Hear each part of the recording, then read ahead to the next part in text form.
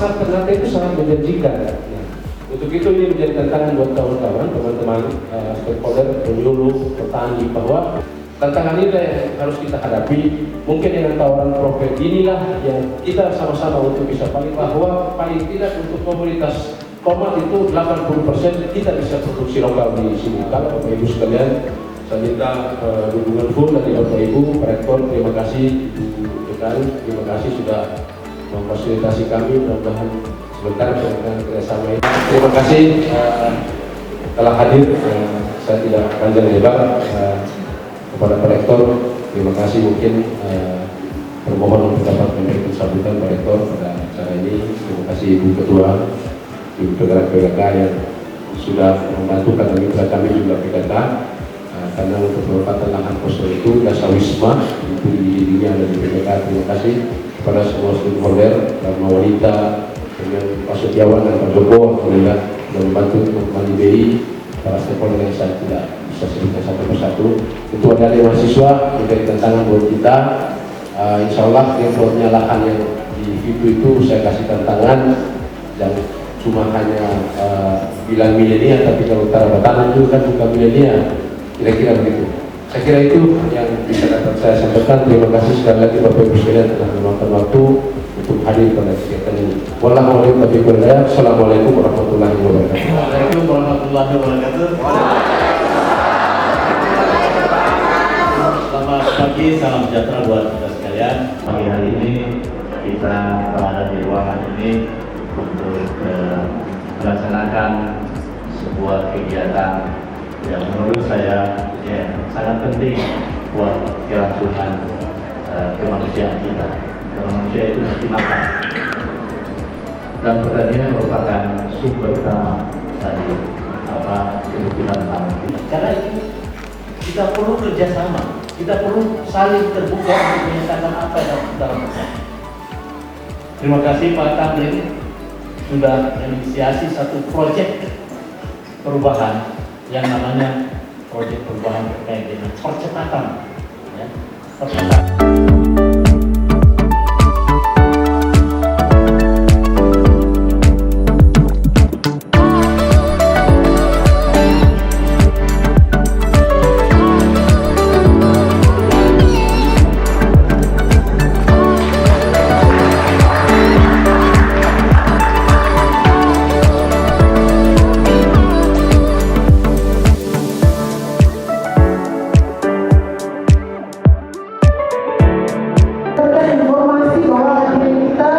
Dari berbagai kalangan, ya, ada akademisi dalam hal ini Fakultas Pertanian dan fakultas lainnya, ada OPD dalam lingkup Kota Ternate, ada ketua tim penggerak kata yang termasuk tokoh kunci untuk tokoh perempuan dan Kota Ternate, ada petani, ya kita harus apresiasi atas kehadiran mereka, dan juga ada mahasiswa.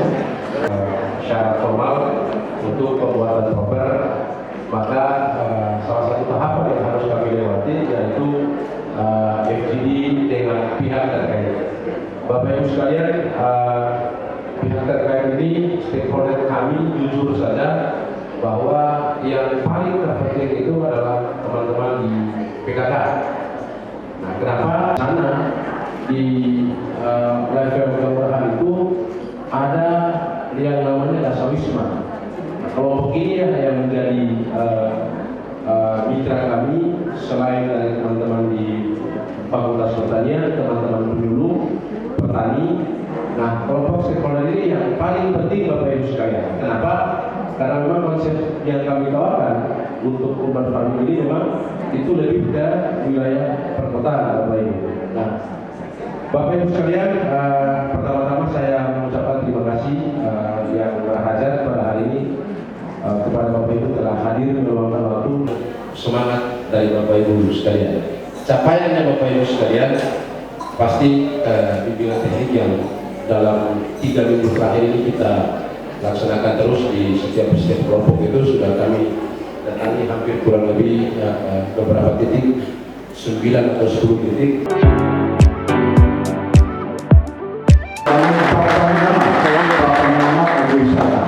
Dan yang paling terakhir adalah pembangunan gazebo. Tujuan kita adalah bagaimana kita berkolaborasi dan tepat sekali dalam lokasi tersebut. Sehingga kami melihat dari kacamata pariwisata bahwa di situ ada sunset. Jadi kami jual view yang ada di sana. Saya mengusulkan atau saran untuk dinas pariwisata, untuk dinas pertanian, bahwa kalau boleh ketika musim panen, kalau boleh ada atraksi sehingga menjual pariwisata di sana. Ketika orang yang berkunjung di sana, mereka menggunakan pakai tolu, sehingga mereka yang membeli itu pengunjung yang beli, sehingga mereka mengambil buah atau tanaman apa yang mereka pilih, kemudian mereka timbang masing-masing kan, sehingga mereka membawa pulang oleh-oleh di situ. Ini adalah unsur ekonomi kreatif yang kita jual di sana. Nah, oleh karena itu, sekali lagi kami dari mendukung produk ini untuk memperlukan khususnya pertanian. Terima kasih. Assalamualaikum Pak Kadis, Bapak Ibu sekalian. Ya, menyambung dari apa ceritanya disebutkan tadi, memang perlunya pendampingan. Saya bisa melaporkan sini Pak Kadis bahwa kami berkaitan dengan ini para penduduk pertanian untuk mengembangkan agroforestry kita ini. Dan juga kami juga mempunyai program ada sekolah lapang iklim. Mungkin dari para petani mungkin ada yang sudah beralami ya alami itu. Dan ini saya sudah katakan kepada Ambil. Sekarang kita programnya kita tidak usah pakai anggaran. Artinya apa? Kami anak buah saya nanti siap dalam waktu sekali ini kalau sudah jalan. Kami tapi petani. Mungkin seminggu 2 kali kita turun ke lapangan untuk mendampingi para petani atau nanti tidak diwakilkan oleh dari pertanian. Kira-kira kapan nanti kita turun ke sana untuk mendampingi para petani semuanya. Itu pertama. Kedua, saya tertarik sekali dengan Pak Moka bahwa akan membuat agrobisnis. Ya, kita tetap agronya harus dikuatkan. Satu poin adalah tadi dikatakan adalah sunset. Panjat di sana ada sunset. Nah, kami juga di sana mengusulkan kalau bisa ada semacam papan pengumuman situ. Di situ juga ada informasi cuacanya dan juga di dalamnya informasi sunsetnya, sehingga agrowisata kita ini lebih maju lagi. Dan yang berikutnya adalah memang apa yang dikatakan bahwa lahan kita untuk pertanian kita di Kota Ternate sangat kecil sekali, cuma 105 hektar. Usul saya sudah disampaikan kepada Bapak dari belakang, adanya kita mencoba menggali kepada ibu rumah tangga untuk hidroponik, sehingga hasil dari perkebunan kita bisa tercapai. Saya sudah mendapatkan suatu gambaran tentang hidroponik karena kebetulan staf saya yang mencoba membuat hidroponik. Itu tanaman itu bingung mau dikirim kemana. Akhirnya mereka bagi-bagi ke tetangganya. Dan itu peluang, artinya kalau dengan sedikit, hal sedikit itu kita bisa manfaatkan semaksimal mungkin dengan cara berhidroponik. Demikian dari saya, jadi intinya bahwa kami juga menampingi Bapak Ibu sekalian para petani di Kota Ternate khususnya untuk mengembangkan hidroponik. Terima kasih. Kalau kita ada Bapak Ibu, Provinsi Maluku Utara. Di sini kami memberikan apresiasi yang positif dan luar biasa kepada Pak Kamrin selaku dalam kegiatannya terkait dengan proyek perumahan. Namun kami ada beberapa catatan yang ingin kami sampaikan. Yang pertama, kami juga merasa bangga karena kemarin kami turut diundang dalam panen di Loto, karena itu Bapak yang di sana juga merupakan bagian dari bidang kami dari Datena juga, yang kebetulan kemarin kami ikut sertakan dalam Rapenas untuk Pak Ahmad Toniko kemarin juga diikutkan dalam Rapenas, dan itu menjadi unggulan kami ketika kegiatan-kegiatan di skala nasional dan di samping petani-petani yang lainnya. Nah, di sini kami ada beberapa hal terkait dengan alih fungsi lahan yang tadi disampaikan. Itu merupakan persoalan klasik yang sebenarnya sangat mengganggu.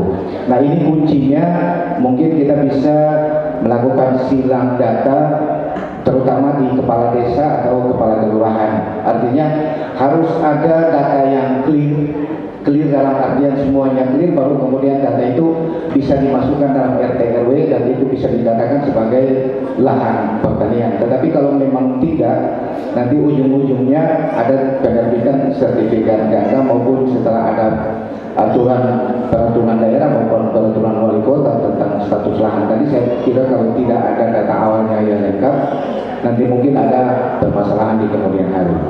Nah, kemudian kami juga ingin sampaikan ke Kepala Dinas Pertanian bahwa kami ada rencana untuk mengadakan kegiatan rebuk petani untuk seluruh Maluku Utara, dan itu lokasinya itu ada sebuah lokasi yang di dalamnya itu ada pertaniannya, ada perikanannya, ada peternakannya, dan kemudian kami juga nanti undang dari BI juga, kemudian ada beberapa investor yang sekarang usaha itu sudah jalan, itu adanya di Halmahera Selatan di Bajang. Jadi mungkin kami lagi melihat waktu sehingga kami akan mengadakan acara rebuk petani se-Maluku Utara nanti. Jadi mungkin ini juga jadi masukan bagi kami sehingga bisa tukar saling informasi terkait hal lainnya. Dan yang terakhir adalah mungkin kita tahu bersama bahwa Ternate merupakan semakin hari lahan pertaniannya semakin sempit. Mungkin kita belajar dari apa yang disampaikan oleh Pak Rektor tadi terkait dengan segitiga emas yang tidak pernah ada emasnya. Kebetulan kami juga banyak terlibat di kegiatan yang satu ini.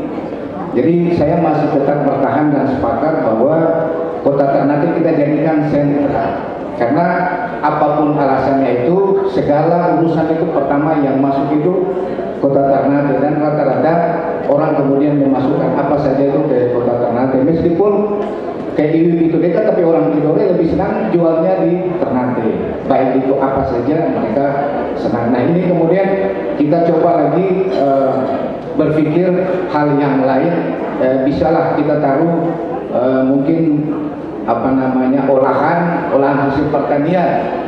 Karena saya pikirnya begini, misalnya Ternate juga tanam tomat, Tidore juga tanam tomat juga dari Manado. Tentunya ini nanti di situ ada kompetisi yang notabene nanti suatu saat akan membooming terkait dengan overproduk yang ada di sini. Nah, mungkin kita berpikir untuk Ternate kita bangun sebuah pabrik olahan pertanian atau semacam itu yang notabene dia lebih banyak hal yang ada di tanah. Saya kira itu saja beberapa masukan dari kami. Terima kasih. Wassalamualaikum warahmatullahi wabarakatuh. Terima kasih Bu Mat, Pak Kadis, dan juga yang lain. Menarik sebetulnya terkait dengan akselerasi untuk urban farming di Kota Ternate. Mungkin tadi dari sisi faktor-faktor permasalahan juga sudah banyak disampaikan oleh Pak Kadis terkait dengan mungkin keterbatasan lahan, kemudian beberapa sarana pendukung ya, seperti mungkin sarana air ya, kemudian mungkin peralatan-peralatan dan sebagainya. Mungkin perlu dipertajam lagi terkait dengan konsep urban farming. Kalau kita lihat di dalam pilar ketahanan pangan atau kemandirian pangan, ada tiga ya, ada aspek ketersediaan, kemudian akses, dan juga pemanfaatan. Ya, jadi kalau kita berbicara terkait dengan ketersediaan, saya pikir tidak ada persoalan sebetulnya mau ambil dari mana, yang penting harganya cocok gitu ya. Tinggal mungkin petani kita itu, karena kalau digerek ke perkebunan terus digerek hortikultura jadi bingung, akhirnya tidak ada yang berkembang kan gitu. Saya tidak begitu mempermasalahkan makanan itu dari mana, yang penting tersedia, harganya oke gitu ya. Seperti itu. Kalau dia berlebihan, nanti kaitannya dengan yang disampaikan oleh Bapak yang di belakang, ini terkait dengan bagaimana teknik pasca panennya kan gitu. Sehingga kemudian harus dilihat juga misalnya kalau pasca panennya seperti apa, dari sisi pemanfaatannya ini berkaitan dengan menjawab persoalan, misalnya stuntingnya seperti apa, permasalahan stunting.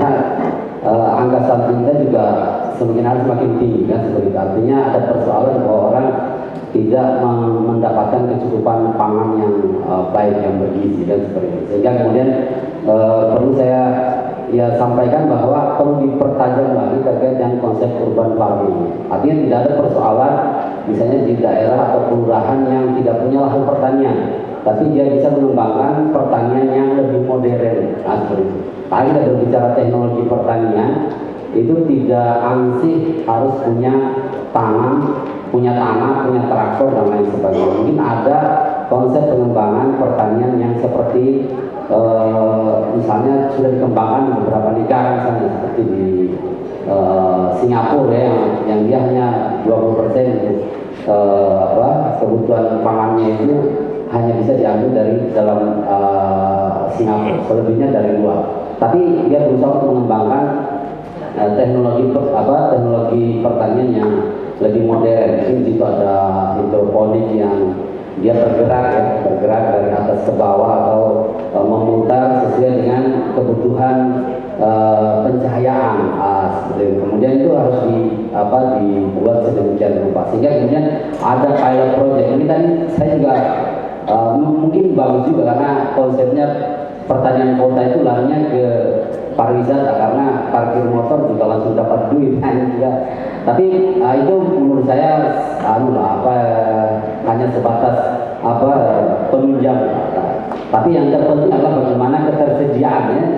Pilar utama itu harus ada ketersediaan pangan. Sehingga kemudian harus digagas lebih mendalam lagi terkait dengan urban farming yang sebenarnya. Kalau misalnya dikembangkan, saya sudah di beberapa daerah di Loto atau di tempat lain, saya pikir itu masih bersifat tradisional. Tinggal bagaimana mekanisme penggarapan dan evaluasinya. Karena biasanya itu sustainable yang tidak terjadi, keberlanjutannya. Jadi setelah panen selesai, foto-foto sudah selesai, kan gitu, laporannya oke. Yang kedua terkait dengan supply data, supply data. Berapa kebutuhan pangan masyarakat, mulai dari kebutuhan pokok, sembako, dan juga kebutuhan hortikultura lainnya. Apakah kita surplus atau kemudian kurang? Tapi memang pasti kurang, karena kita tidak menanam padi, kita tidak menanam umbi juga. Jadi praktis untuk kebutuhan karbohidratnya relatif dari luar semua, karena tidak mungkin kita tiap hari makan sayur. Mungkin cocoknya untuk ibu-ibu yang lagi diet dan sebagainya. Nah, ini kemudian harus ketersediaan data-datanya harus oke, dan itu bisa ditampilkan di layar yang real, bukan yang menimbulkan pertanyaan atau keraguan, sehingga kita dari akademisi lebih mudah mengolahnya dan kemudian bisa memberikan masukan-masukan lagi terkait dengan data-data itu. Kalau kita misalnya tadi mungkin ada perda 2LB membatasi, jadi itu akan menimbulkan persoalan baru. Orang juga akan sulit membangun perumahan dan seterusnya kan seperti itu. Ini juga akan tumpang tindih seperti persoalan kan seperti itu. Tapi sepanjang itu adalah untuk memberikan kesejahteraan kepada masyarakat, terutama petani dan stakeholder lainnya, itu juga saya pikir boleh-boleh saja kan seperti itu. Saya pikir itu mungkin. Terima kasih. Assalamualaikum warahmatullahi wabarakatuh. Assalamualaikum warahmatullahi wabarakatuh.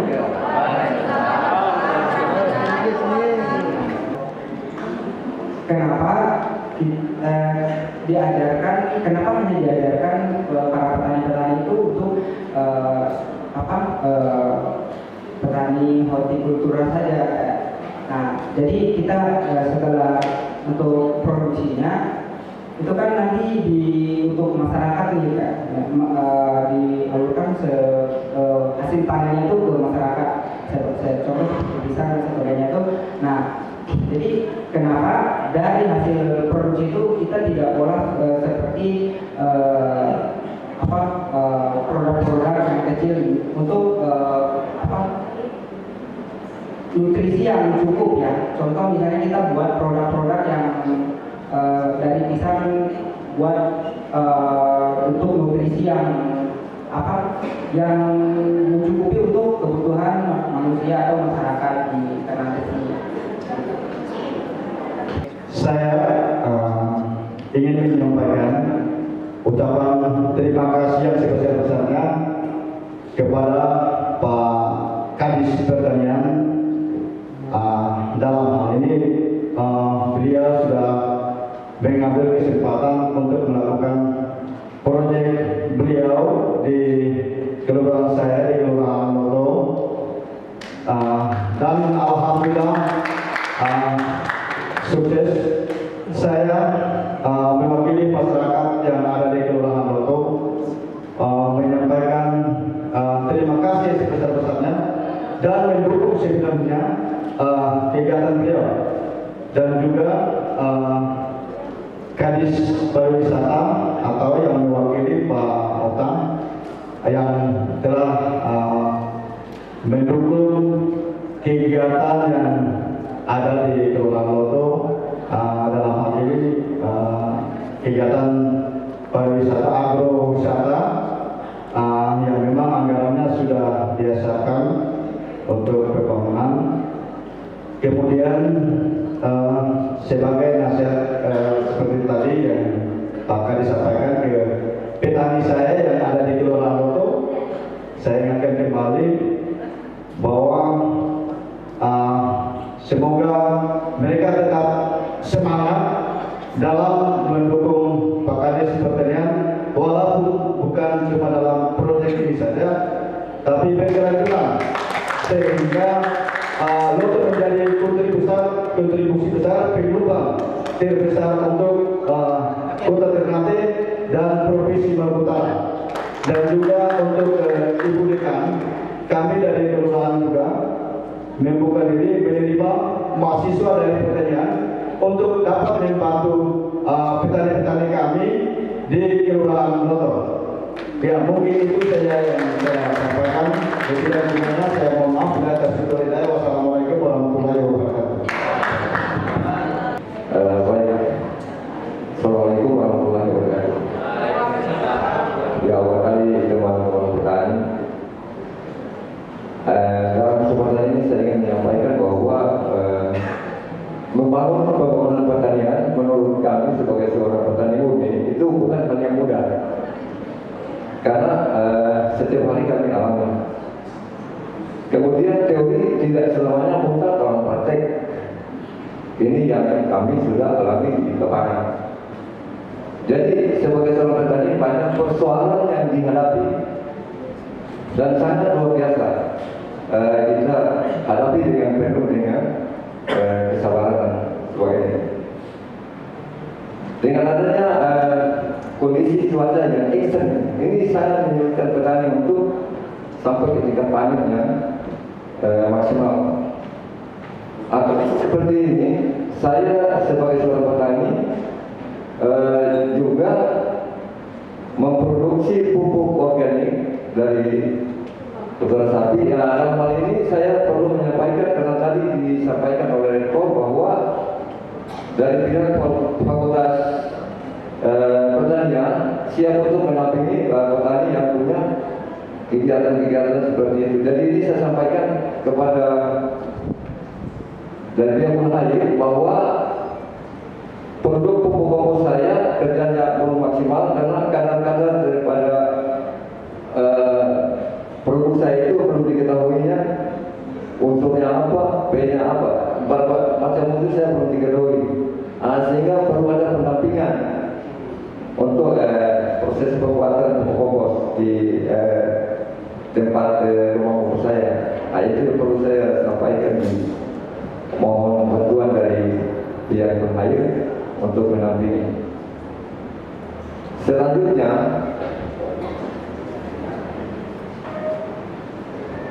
kondisi seperti yang tadi saya sampaikan bahwa kondisi yang sangat ekstrim, artinya hujan dan panas tidak menentu.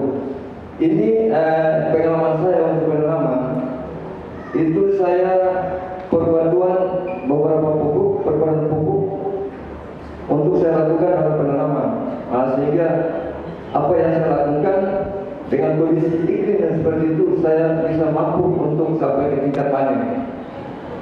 Karena perpaduan pupuk antara pupuk organik hayati dan kimia itu bisa padukan. Sehingga bisa saya capai pada tingkat panen yang maksimal. Kemudian kendala-kendala yang dihadapi ini yaitu tentang kurangnya petani di setiap kelurahan. Ini yang menjadi salah satu tantangan kita bersama, karena tujuan kita untuk memperbanyak untuk persediaan pasar di Kota Ternate, sedangkan petani saat ini di beberapa kelurahan yang tadi disampaikan sangat minim, sehingga perlu ada rekrutan petani itu teknisnya seperti apa, ini tanggung jawab dari Dinas Pertanian. Barangkali itu yang saya sampaikan. Kemudian mungkin apa yang saya sampaikan sampai di sini sudah. Jadi sebelumnya saya dapat terima kasih. Assalamualaikum warahmatullahi wabarakatuh. Terima kasih Ibu Moderator. Halo teman, selamat jumpa sama saya. Ya, Pak Mat ini sebenarnya salah satu partisipan yang aktif ya dalam program yang lain yang kemudian kita juga mendampingi ajakan transfer ilmu mengenai pembuatan kompos ya. Dan Alhamdulillah Pak Rahmat ini merupakan petani yang energik, yang ketika dia mendapatkan pengetahuan itu beliau langsung mempraktekkannya. Sebetulnya orang-orang seperti ini ya, untuk bagaimana kita memotivasi petani di wilayah kita, orang-orang seperti ini perlu diberikan reward. Saya mau sarankan kepada Pak Menteri, beliau salah satu, karena saya sudah mengenalnya cukup lama. Kita di 2019 ya, kemarin 18-19 ya, beliau.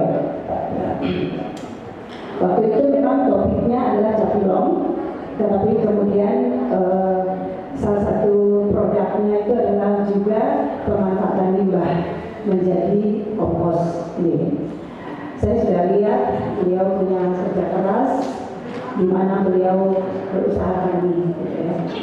Nah, Pak Kadis, sebagaimana yang Pak Kadis sampaikan dan barangkali memang sebagian besar masyarakat menyadari ya bahwa petani kita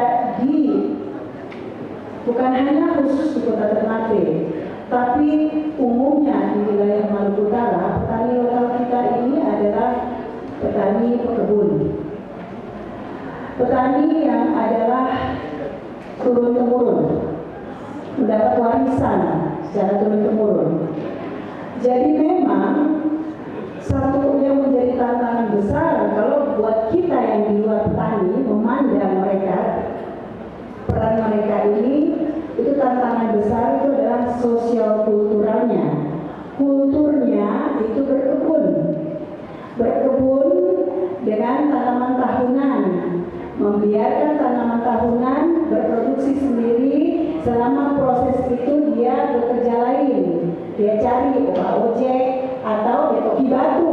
Pak Tamrin pernah bilang cukup lama ya, itu menjadi sebuah tantangan besar, baik bukan hanya bagi pemerintah tapi masyarakat di wilayah Kota Ternate, bagaimana ini menyelesaikan masalah pengambilan batu di pinggir pantai secara ilegal ini yang akhirnya merusak ekosistem pantai. Tapi selama ini belum terjawab. Saya kira memang hari ini itu terjawab dengan program ini yang digagas oleh Pak Kadis. Kita kasih tepuk tangan. Tapi itu masih sebuah tantangan, belum selesai. Ini namanya proyek. Proyek pasti hanya sebuah proyek. Ada jangka waktunya, ada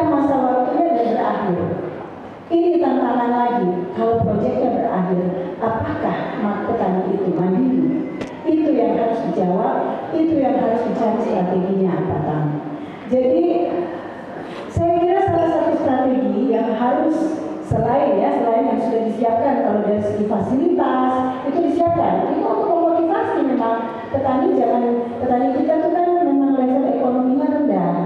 Kita semua berniat baik ingin mengangkat harga martabat petani menjadi petani berdasi. Petani berdasi loh. Saya hidup di Australia, kalau total itu 6 tahun. Petani di sana, negeri itu sektor utama yang berkontribusi besar terhadap ekonomi negara tersebut adalah pertanian. Dan petaninya itu yang saya bilang berbeda jauh antara langit dan bumi dengan petani yang rata-rata di Indonesia. Petani di sana memang benar-benar berdasi, punya Lamborghini, ada yang punya Pajero, ada yang karena lahannya itu minimal 30 hektar. Dan yang dia kelola itu menggunakan mesin-mesin, dan memang pertanian di sana sudah sistemnya industri. Itu sektor primer, tapi di sistemnya sudah bertransformasi dari konvensional ke taraf level industri. Harusnya kita, baik akademisi, pemerintah daerah, inilah waktunya sudah hilangkan ego. Mari kita berkolaborasi, bersinergi, membantu mereka menaikkan kapasitas. Apa yang dilakukan oleh Bapak Ibu? Bapak Ibu sudah lihat legalitas tanda tangan kerjasama, ini menjadi konsekuensi bagi kami. Kami siap ya, bermendampingi. Pak Rahmat bilang, memangnya butuh pendamping. Kalau enggak jadi semuanya. Kita akan mendampingi dari sisi akademisi, Pak Tan. Kita ini ada program MBKM, Merdeka Belajar Kampus Merdeka. Setiap semester kami akan turunkan mahasiswa kami untuk membangun desa, yaitu di seluruh wilayah Provinsi Maluku Utara. Nah, Ternate punya dengan ada program ini, kami saling bersinergi dan kolaborasi supaya petani itu ada pendampingan. Saya tahu memang penyuluh ada, tapi kelihatannya penyuluh kalau cuma satu orang, satu wilayah, tugas yang begitu besar tidaklah mampu dia. Ya, jadi kami akan membantu itu.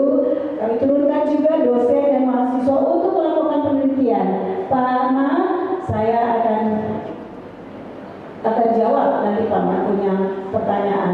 Kita akan turun untuk penelitian, dan kalau kita penelitian, Pak Mat nggak usah khawatir, kita yang akan mengambil sampel tanah, kita akan analisis dan kita lihat. Ya, kita butuh inilah waktunya kerjasama itu. Mungkin itu, saya tidak banyak bicara, nanti lebih baik action itu yang lebih penting ya. Ya, terima kasih. Terima kasih di sesi ini mungkin terima kasih Bapak Ibu Dekan atas apresiasinya. Kemudian Pak Joko, pastinya begini Pak Joko, insya Allah kita akan membuat program seperti itu, kita kerjasamakan untuk sekolah lapang Pak. Memang selama ini penyuluh kami di lapangan ini sangat butuh informasi-informasi, paling tidak tahap awalnya kita buat grup kecil, kemudian mungkin sharing informasi dan cuaca. Dan Pak Joko, saya mau sampaikan, kawan-kawan di petani ini malah bilang ke saya begini, cuaca ini sudah bisa prediksi Pak Joko katanya.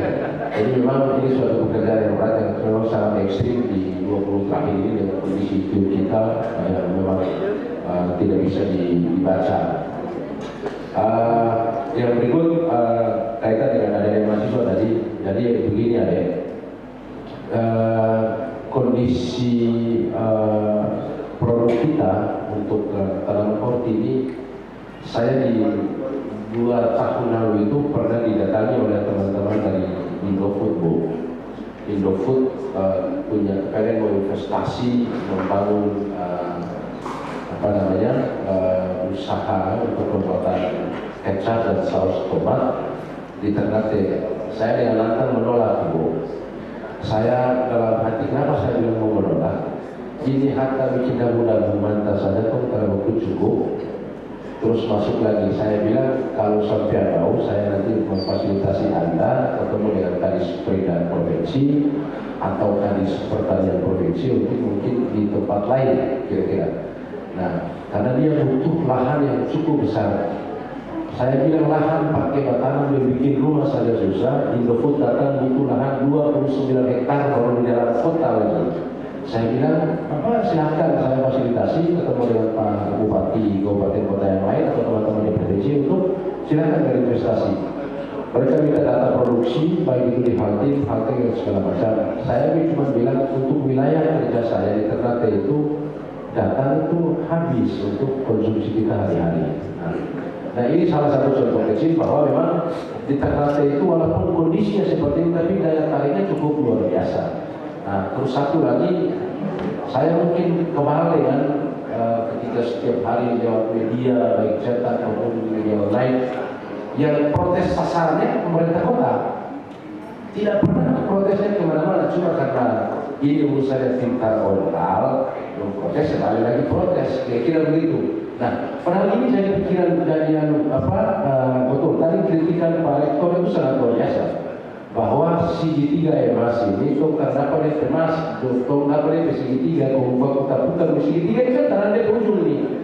Putar ke sana. Cuma begini Bapak Ibu sekalian, saya sekarang menginformasikan kepada Bapak Ibu sekalian bahwa CG3 emas ini sebenarnya nyatanya cukup baik oleh pemerintah kota Ternate. Kenapa? CG3 emas ini semestinya menjawab kelangkaan atau tadi susah koma dan segala macam tadi. Nah, kami menyediakan pasar, sementara Kalbar dan Tidore itu produksinya dari sana. Nah, Ferry sudah kita subsidi, Armada sudah kita siapkan, pembeli sudah kita siapkan, tinggal mereka saja yang kemudian dibawa ke sini. Tapi ternyata ini tidak. Ternyata dicek tanah pun tidak. Kami pernah melakukan panen kol perdana di Tugoreba, di Halmahera Barat itu 2000 biji lebih lah. Habis itu 3 tahun setengah ini kena tanam lagi. Jadi memang Pak Rektor bilang, ya tolong cuma dapat CG3 ini, jadi putar ke sana, putar ke mana. Tapi jujur CG3 emas ini awalnya kami yang menginisiasi. Supaya kenapa? Karena selama ini kota Ternate yang masuk itu 79 karangan tomat, 320 karangan rica. Kok kenapa dari Manado bukan dari Halmahera Barat, kota Tidore? Nah makanya waktu itu wali kota, ayo wali kota Tidore, Bupati Halmahera, mari saya punya pasar, antum punya apa gitu. Tapi ternyata sama di sana juga ketika bikin dua sarang, kemarin di sini. Iya benar. Ini bukan. Coba di Tidore itu, yang dari Tidore itu yang datang bukan tomat yang dari bunga-bunga, dari bunga itu jual di Kota Baru. Jadi sistem perdagangannya sosialisasi dari Pak Dokter ini yang harus untuk teliti. Yang tomat yang masuk di pasar Sari Malaha itu dari Halbar.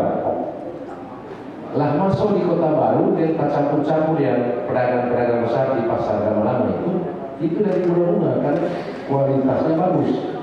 Lalu kemudian mas yang ada ini, sebutkan mas sudah, yang punya 70 karangan datang dari pelabuhan itu, kemudian nyecer sedikit di pasar Kota Baru 21 karangan, ke atas sampai di Noto dengan ruas sedikit 22 karangan, dong bilang ini dari Manado.